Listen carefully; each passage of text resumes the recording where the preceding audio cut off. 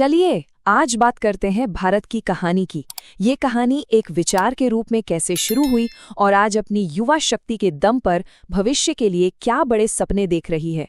आइए इस शानदार सफर पर चलते हैं। तो हमारा आज का सफर कैसा रहेगा? हम 5 हिस्सों में इस कहानी को समझेंगे। शुरुआत करेंगे भारत के एक राष्ट्र के विचार से, फिर आज़ादी की लड़ाई को देखेंगे, इसके बाद भारत की युवा शक्ति को समझेंगे, फिर इसकी नई आर्थिक उड़ान पर नजर डालेंगे और आखिर में देखेंगे कि एक विकसित भारत का रास्ता कैसा दिखता है। तो सबसे पहले चलिए जड़ तक जाते हैं। आखिर भारत एक राष्ट्र के रूप में इस विचार का मतलब क्या है? हाँ, तो सवाल उठता है कि एक राष्ट्र होने का असल में मतलब क्या होता है, खासकर भारत जैसे देश के लिए, जहाँ इतनी भाषाएं, इतने धर्म, इतनी संस्कृतियां हैं। ये सब एक साथ कैसे आते हैं? और यहीं पर भारतीय राष्ट्रवाद की खूबसूरती सामने आती है। ये किसी एक जाति या धर्म पर आधारित नहीं है, ये एक नागरिक राष्ट्रवाद है। मतलब एक ऐसा विचार जो सबको अपनाता है, चाहे उनकी पृष्ठभूमि कुछ भी हो। यही तो वो गोंद है जो हमें जोड़े रखता है। अच्छा, तो ये विचार तो था, पर ये मजबूत कैसे हुआ? ये हुआ आज़ादी की लड़ाई के दौरान। चलिए देखते हैं कैसे। इस टाइमलाइन पर नजर डालिए।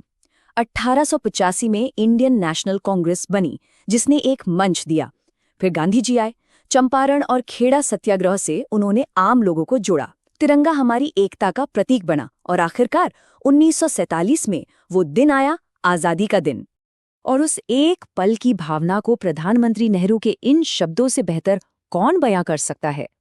जब दुनिया सो रही होगी, भारत जीवन और स्वतंत्रता के लिए जागेगा। सोचिए, ये सिर्फ एक देश की आज़ादी नहीं थी, ये एक पूरे सपने का सच होना था। तो ठीक है, आज़ादी की लड़ाई ने नींव तो रख दी, लेकिन आज के भारत की सबसे बड़ी ताकत क्या है? इसका जवाब है यहाँ के युवा।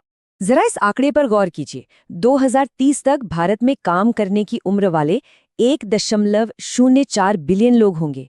इसे डेमोग्राफिक डिविडेंड कहते हैं। मतलब हमारे पास एक ऐसी जबरदस्त वर्कफोर्स होगी जो देश की अर्थव्यवस्था को नई ऊंचाइयों पर ले जा सकती है। लेकिन इतनी बड़ी युवा आबादी के साथ कुछ बड़ी चुनौतियां भी आती हैं, है ना? जैसे कि अच्छी और पक्की नौकरियां मिलना, सोशल सिक्योरिटी और सबसे जरूरी सही स्किल्स जो आज के जमाने में काम आए। ये कुछ ऐसी बाधाएं हैं जिन्हें पार करना बहुत जरूरी है। तो इन चुनौतियों से निपटने के लिए क्या किया जा रहा है? सरकार ने कई कदम उठाए हैं। कौशल विकास यानी स्किल डेवलपमेंट पर जोर है। मेरा युवा भारत जैसा प्लेटफॉर्म है। नेशनल सर्विस स्कीम है। इन सब का मकसद एक ही है, युवाओं को सही मौके देना और उनके लिए एक अच्छा माहौल बनाना।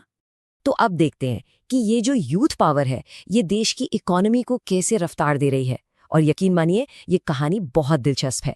तो इस युवा जोश का नतीजा क्या है? देखिए, नए बिजनेस शुरू होने की संख्या में 27% की जबरदस्त बढ़ोतरी हुई है। ये एक तरह की एंटरप्रेन्योरशिप की लहर है जो पूरे देश में दिख रही है। और अगर आंकड़ों की बात करें तो फरवरी 2026 तक भारत में 2,16,000 से भी ज्यादा सरकार से मान्यता प्राप्त स्टार्टअप्स थे। सोचिए, ये भारत को दुनिया के सबसे बड़े स्टार्टअप हब्स में से एक बनाता है। अब सवाल ये है कि ये सब हो कैसे रहा है?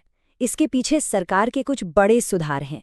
स्टार्टअप इंडिया जैसी योजनाएं, बिजनेस करना आसान बनाने वाले नियम, इन सब ने मिलकर इस ग्रोथ को मुमकिन बनाया है। तो इन सब बातों को जोड़कर देखें तो विकसित भारत की तरफ हमारा रास्ता कैसा नजर आता है? आगे क्या है? देखिए, देश का भविष्य पूरी तरह से युवाओं के कंधों पर है। चाहे वो शिक्षा का क्षेत्र हो, आर्थिक विकास हो, समाज में जागरूकता लाना हो या फिर राजनीति और प्रशासन में सुधार लाना हो, हर जगह युवाओं को ही आगे आना होगा। राष्ट्र निर्माण की ये मशाल अब अगली पीढ़ी के हाथों में है। और यहीं पर आकर हम एक आखिरी सवाल पर रुकते हैं। देखिए, किसी भी देश की कहानी उसके लोगों के मिले जुले प्रयासों से ही बनती है। तो फिर सोचने वाली बात यह है कि इस महान राष्ट्र निर्माण में हर एक इंसान की अपनी क्या भूमिका होगी।